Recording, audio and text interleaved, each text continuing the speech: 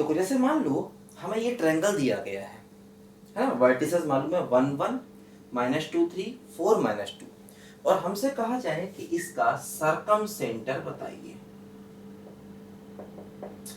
देखो वैसे तो सरकम सेंटर को निकालने का एक फार्मूला हम लोगों ने पढ़ा था, लेकिन मैंने बताया था उस फार्मूले से क्वेश्चन कभी नहीं हो पाएगा।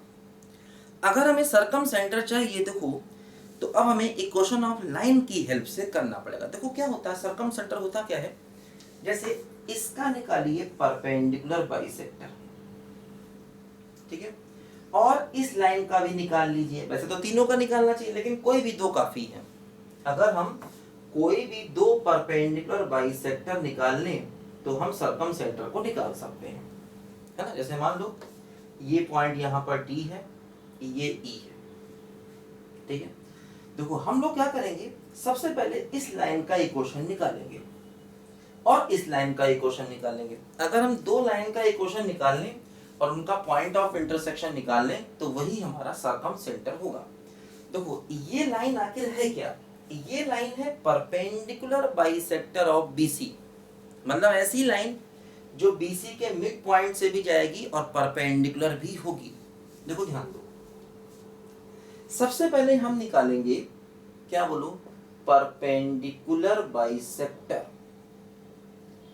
Perpendicular bisector of BC, BC का परपेंडिकुलर बाइसेक्टर निकालेंगे। तो कैसे निकालेंगे, देखो जैसे ये डी पॉइंट है, ये डी क्या होगा, ये मिड पॉइंट होगा। किसका मिड पॉइंट होगा बोलो, बीसी का मिड पॉइंट होगा, है ना। देखो मिड पॉइंट क्या होता है, ये होता है x1 + x2/2 और कॉमा y1 + y2/2, ठीक है। x1 + x2/2 comma y1 + y2/2, देखो ये हमारा मिड पॉइंट। दो क्या आ गया, ये आ गया 1, 1/2, देखो ये 2/2 क्या हो गया 1, 1/2, देखो ये मिड पॉइंट ऑफ बीसी आ गया, मतलब डी आ गया, ठीक है। अब देखो क्या हो गया, सबसे पहले हम बीसी का स्लोप निकाल लें, क्योंकि हमें इस लाइन का इक्वेशन चाहिए जो बीसी के मिड पॉइंट से पास होती है ना, डी से पास होती है और बीसी के परपेंडिकुलर भी है ना। तो सबसे पहले हम बीसी का स्लोप निकालेंगे, तो क्या होगा, फिर वही y2 - y1 upon x2 - x1, तो माइनस का 5/6, है ना, y2 - y1 upon x2 - x1, है ना। बोलो y2 - y1 upon x2 - x1, देखो माइनस का 5/6।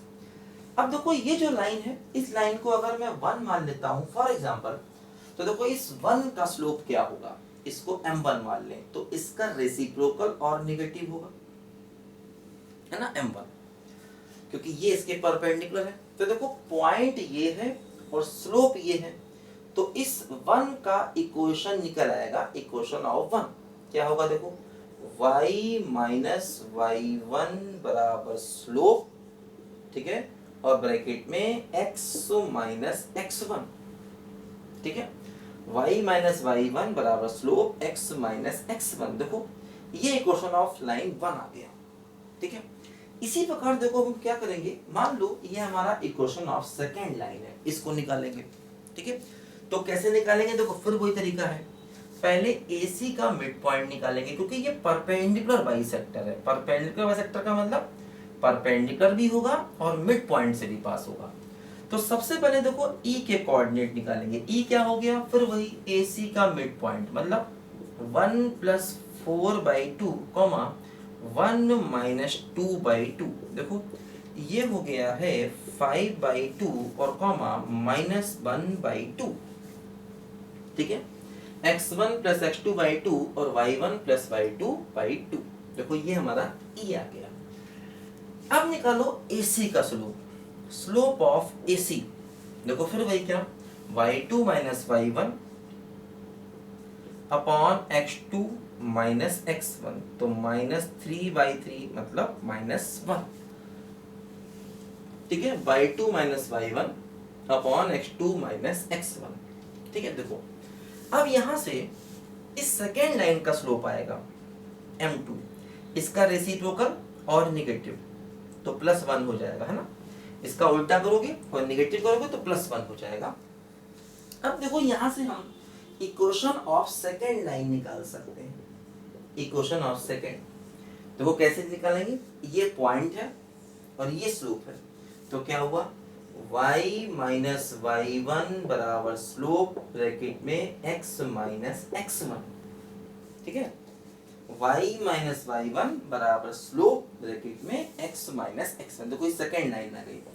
अब देखो ये फर्स्ट लाइन और सेकेंड लाइन, इन दोनों का अगर हम पॉइंट ऑफ इंटरसेक्शन निकाल लें, है ना, फर्स्ट लाइन और सेकेंड लाइन इन दोनों का अगर हम पॉइंट ऑफ इंटरसेक्शन निकाल लें तो वही हमारा इसका सरकम सेंटर हो जाएगा C डैश, है ना। सरकम सेंटर क्या होता है बोलो, C डैश। तो फर्स्ट और सेकेंड इन दोनों का जो पॉइंट ऑफ इंटरसेक्शन है वही हमारा सरकम सेंटर हो जाएगा, ठीक है। तो ऑर्थो सेंटर और सरकम सेंटर को निकालने का ये हमेशा मेथड होता है, इस बात को आप याद कर लो, ठीक है। ऑर्थो सेंटर और सरकम सेंटर को निकालने का ये एक मेथड है, इस बात को आप याद कर लो। लिखो जरा बच्चों ध्यान से पहले इसको।